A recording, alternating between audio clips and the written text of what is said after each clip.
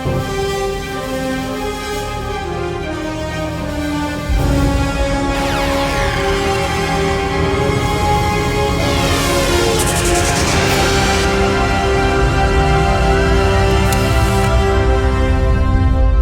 going on, everybody? Thank you so much for coming back to another video, and in today's video we're going to be talking about Judas and the Black Messiah.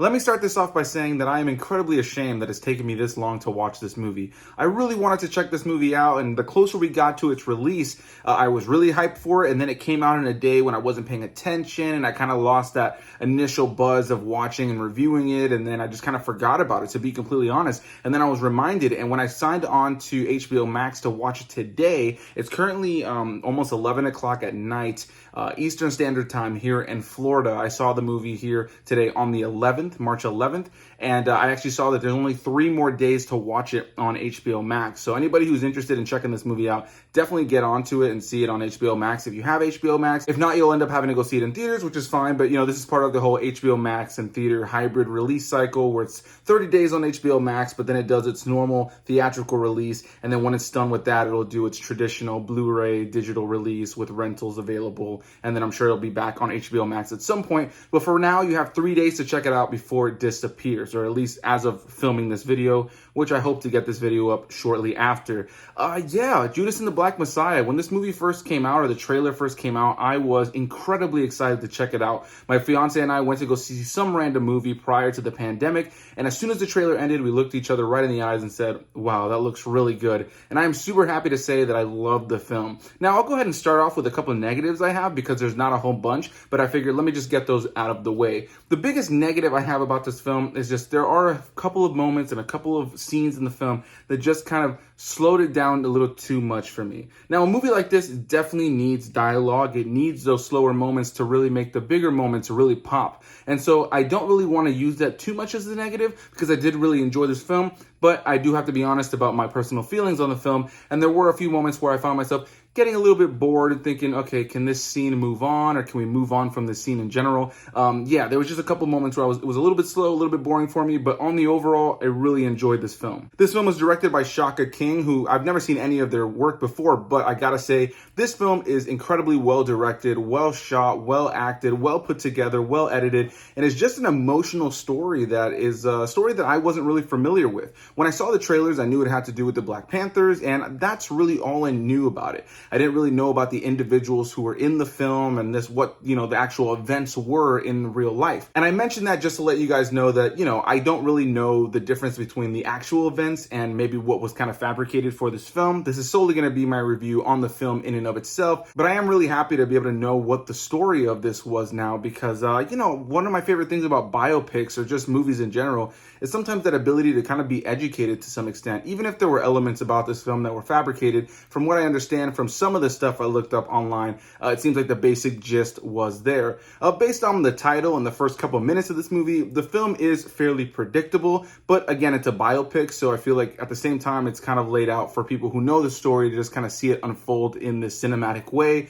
But, you know, for somebody like me, I could just say, oh, this is predictable, I know where it's going. But again, it's based on a true event, so it's hard to say like, oh, this is a predictable story when it's literally based on a true story. But as a movie in and of itself, incredibly well put together. The biggest performance that I really have to highlight is Daniel Kaluuya as our main character in the film, Fred Hampton. And man, he just really sold it to me in the trailers, and he sold it 110% in this movie. The first time I saw Daniel Kaluuya in anything was Get Out, which I think was probably the case for a lot of people. I know he had been in other things. I always hear people bring up a Black Mirror episode, but I've never seen any of that. I hadn't seen any of that leading up to Get Out. And so for me, being able to see him go from Get Out and these other various films he's been in, like Black Panther, and now this, the man is consistently just blowing me away with just how great of an actor he is. He just blends seamlessly into his role. And when I first learned he was an English actor with an English accent, I was pretty surprised, because he does such a great job of really being able to hide that accent. In Get Out, he plays, you know, your more modern, just everyday guy here in America. And in this film, you know, he's putting on a very, what a lot of people would call stereotypical, but a very, you know, specific African-American accent from that time. And I think he nailed it beautifully. He really sold me on the performance, and I really thoroughly enjoyed him in this role. I think he really sold the emotion, the core of the story. And yeah, what I do want to say before I continue on is that I'm not going to talk about spoilers if you're like me and went in without really knowing what this story was. But, you know, again, you can find the story online the second you type in what is Judas and the Black Messiah about, because it's based on true events. But I am going to kind of be a little bit vague about what actually takes place in the movie itself. But yeah, at the core of this story is just the battle against inequality. You know, this is the war against inequality, the war against prejudice.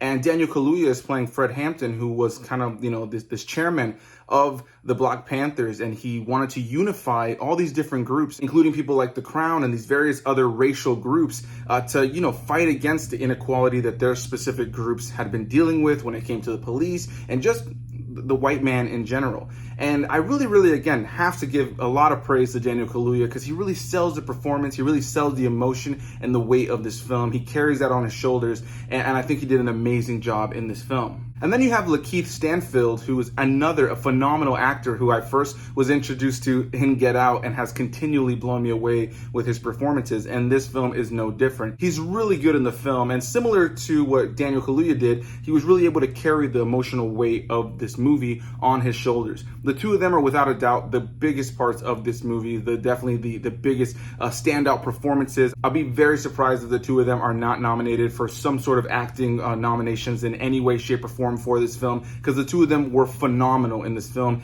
Daniel Kaluuya and LaKeith Stanfield, without a doubt, the absolute best parts of this movie as far as the performances go. And then the other performance that's you know, worth mentioning for sure is Jesse Plemons, who plays Roy Mitchell, who is the FBI agent that's in cahoots with Bill O'Neill, which is LaKeith Stanfield's character. Again, don't want to get too deep into spoilers about what actually takes place in this movie, but at the core of it, it's about the war against inequality. And I think what this movie did so well was have this beacon of hope in Daniel Kaluuya's character, this person who will put themselves right between the action, this person who will put the people first instead of himself, this person who, at the end of the day, you know, was a beacon of hope for people for his entire life, or at least as long as he was doing what he was doing, you know, being this leader for the Black Panther and being this motivational speaker for so many others.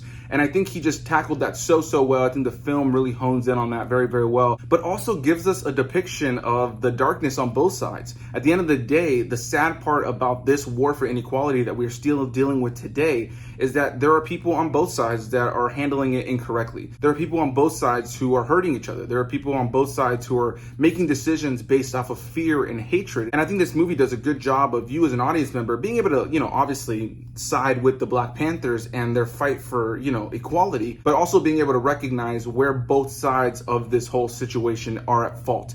And I really thoroughly enjoy the way that they handled that. I really enjoy the way that this movie made me think and feel after. And I really have to give a lot of praise to Shaka King for the way that they directed this film. Yeah, overall, this is an incredibly well acted, well directed, well shot, and well edited film that has a lot of really emotional beats, some slow moments, some things that kind of took me out of it and made me a little bit bored. But for the most part, I was engaged. I was definitely into it. Daniel Kaluuya is fantastic in this film. LaKeith Stanfield is absolutely fantastic in this film. Really highly recommend this film if you guys have not checked it out already. And what I really enjoyed about this film, beyond everything I've already said, is that, you know, it's just a reminder of the fact that even though we've come so far in this country and in the world when it comes to equality and racism and prejudice, we still have a lot. We still have a lot to work on. We still have a lot to kind of, you know, figure this all out. And I really enjoyed the way that this film handled that. I really loved the way that me as an audience member was able to, you know, reflect on, you know, a movie about a specific time and see how that relates to the world today, especially with what's happened in 2020. It's just a reminder that there's still a lot of prejudice. There's still a long fight towards equality. But I think at the end of the day, as long as we have these constant reminders of where we've been and where we're headed, I think that we're on the right trajectory. As long as we stay together, love each other, and just, you know, just leave each other alone. just leave each other alone. That's really what it comes down to. Just love each other and live our lives and just leave each other alone. And I think that at the end of the day, one day, hopefully, equality will be a real thing in this world. And again, it is nice to see how far we've come since then, but it is a big eye-opener to recognize how much work we still have to do. So sorry if I rambled a little bit in this review. I had a little bit of a better game plan when I came into it, and then as soon as I got in front of the camera, I just started kind of being like blah, blah, blah, blah, blah. Anybody who does YouTube knows that that's just what happens as soon as you get in front of the camera. But yeah, a big thanks to you guys for watching. Hit that like button down below if you guys enjoyed this video. Comment your thoughts. Did you see this movie? Did you not see this movie? Subscribe if you guys have not already done so. And when the last thing I want to say, if you're a racist, fuck you. All right, anyway, I'll see you guys in the next video. All right, bye-bye.